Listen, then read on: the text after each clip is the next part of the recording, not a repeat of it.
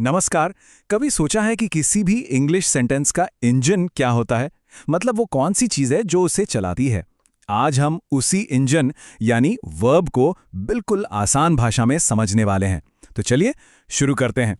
तो आज हम क्या-क्या देखने वाले हैं? सबसे पहले समझेंगे कि वर्ब आखिर होता क्या है। फिर देखेंगे कि ये कितने तरह के होते हैं। इसके बाद हम जानेंगे कि ये अपना रूप कैसे बदलते हैं। फिर वर्ब्स और ऑब्जेक्ट्स का रिश्ता समझेंगे और आखिर में कुछ सबसे जरूरी नियमों पर बात करेंगे। एक एक करके सब कुछ क्लियर हो जाएगा। तो चलिए सबसे पहले और सबसे जरूरी सवाल से शुरू करते हैं। ये वर्ब आखिर है क्या? यकीन मानिए ये किसी भी सेंटेंस की जान होता है, उसका सबसे जरूरी हिस्सा। देखिए, इसकी परिभाषा बहुत सीधी साधी है।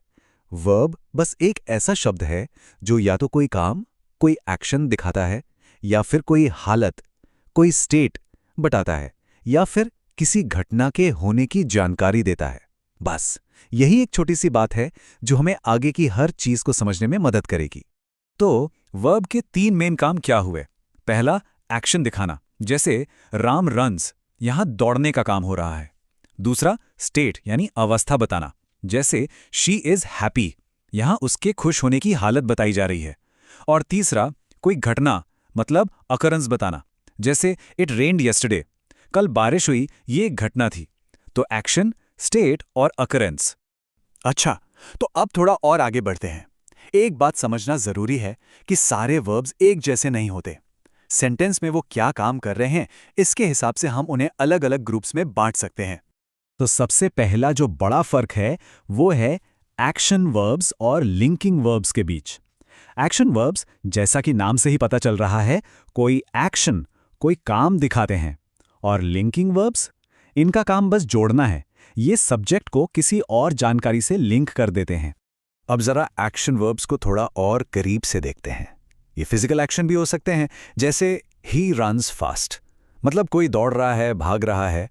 और ये मेंटल एक्शन भी हो सकते हैं, मतलब दिमागी काम, जैसे शी थिंक्स डीपली, यहां सोचने का काम हो रहा है, जो दिखता नहीं है पर है तो एक एक्शन ही। और अब बात करते हैं लिंकिंग वर्ब्स की। इनको आप एक तरह से मैथ्स के इक्वल टू साइन की तरह समझ सकते हैं। इनका काम है सब्जेक्ट को उसकी पहचान या उसके बारे में किसी और जानकारी से जोड़ देना। जैसे ही इज अ टीचर में इज बस ही और टीचर को बराबर बता रहा है, वो ही टीचर है। चलिए अब एक और तरह का क्लासिफिकेशन देखते हैं। समझिए कि हर सेंटेंस में एक हीरो होता है, वो है हमारा मेन वर्ब। और कभी-कभी इस हीरो की मदद करने के लिए एक साइड किक भी होता है, और उसे हम कहते हैं हेल्पिंग वर्ब।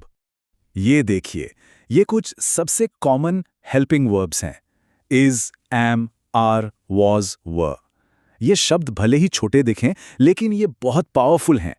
इन्हीं की मदद से तो हम शी इज राइटिंग जैसा सेंटेंस बना पाते हैं, जिससे पता चलता है कि लिखने का काम अभी भी इसी वक्त चल रहा है। अच्छा, एक और मजेदार चीज, क्या कभी सोचा है कि वर्ब्स अलग-अलग समय यानी टेंस के हिसाब से अपना रूप क्यों और कैसे बदलते हैं? जैसे गो कभी वेंट बन जाता है। तो भाई इसके पीछे दो तरह के पैटर्न काम करते हैं, रेगुलर और इर्रेगुलर। खुशी की बात यह है कि ज्यादातर वर्ब्स रेगुलर होते हैं। मतलब नियम सीधा है, बस वर्ब के आखिर में ईडी लगा दो और पास्ट टेंस तैयार। जैसे प्ले बन गया प्लेड। आसान है ना? लेकिन कुछ वर्ब्स थोड़े टेढ़े होते हैं। ये इर्रेगुलर वर्ब्स कहलाते हैं। ये कोई नियम नहीं मानते, अपना रूप पूरी तरह बदल लेते हैं। जैसे ईट का एट हो जाता है। इन्हें तो बस याद ही करना पड़ता है। अब ये स्लाइड देखिए, ये बहुत काम की है। ये एक इरेगुलर वर्ब गो की पूरी कहानी बताती है। V1 यानी गो तो इसका बेस फॉर्म है। V2 वेंट, पास्ट की बात करने के लिए। V3 गॉन, जो अक्सर हैज या हैव के साथ यूज होता है। और फिर V4 और V5 हैं गोइंग और गोज, जो कंटिन्यूअस या सिंपल प्रेजेंट टेंस में काम आते हैं। मतलब एक ही वर्ब के कितने सारे रूप हैं।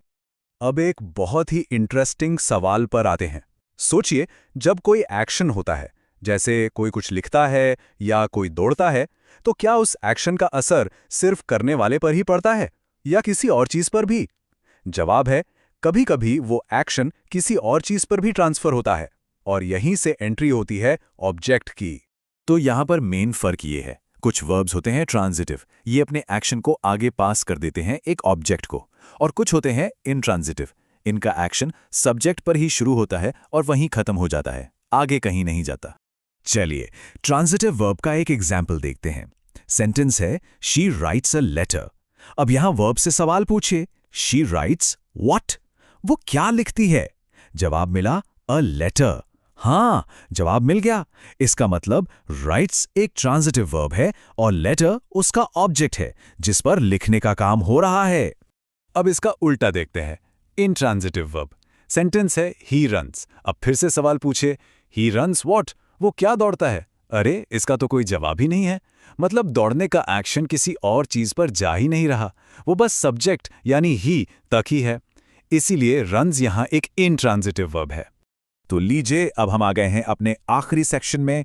यहां हम सब कुछ समेटेंगे और कुछ खास वर्ब्स के साथ साथ वर्ब के इस्तेमाल के कुछ सबसे जरूरी नियमों को देखेंगे। ये रूल्स बहुत जरूरी हैं। सबसे पहले बात करते हैं मॉडल वर्ब्स की। ये एक तरह के सुपर हेल्पर होते हैं। ये मेन वर्ब के साथ लगकर उसमें एक एक्स्ट्रा मीनिंग, एक फीलिंग जोड़ देते हैं, जैसे किसी की काबिलियत, कोई इजाजत या कोई संभावना बताने के लिए। इन एग्जाम्पल्स को देखिए, बात बिल्कुल साफ हो जाएगी। She can swim. यहां कैन बता रहा है कि उसमें तैरने की एबिलिटी यानी क्षमता है। दूसरा सेंटेंस, यू मस्ट स्टडी। यहां मस्ट एक जरूरत, एक तरह की मजबूरी दिखा रहा है।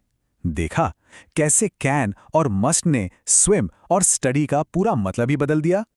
और अब वर्ब के 3 गोल्डन रूल्स, इनको हमेशा याद रखना है। रूल नंबर 1, वर्ब हमेशा अपने सब्जेक्ट से अग्री करेगा, मतलब ही के साथ गोज लेकिन दे के साथ गो। रूल नंबर 2, जब भी कोई काम चल रहा हो यानी कंटिन्यूअस टेंस हो तो हेल्पिंग वर्ब जरूर आएगा, जैसे शी इज प्लेइंग। और रूल नंबर 3, हैव, हैज या हैड के साथ हमेशा वर्ब की थर्ड फॉर्म V3 ही लगेगी, जैसे शी हैज ईटन। तो कुल मिला के बात यह है कि वर्ब सच में किसी भी सेंटेंस का दिल होता है, उसकी धड़कन। इसके बिना तो सेंटेंस बस शब्दों का एक ढेर है, बेजान। यही वो पावर है जो सेंटेंस में जान डालती है।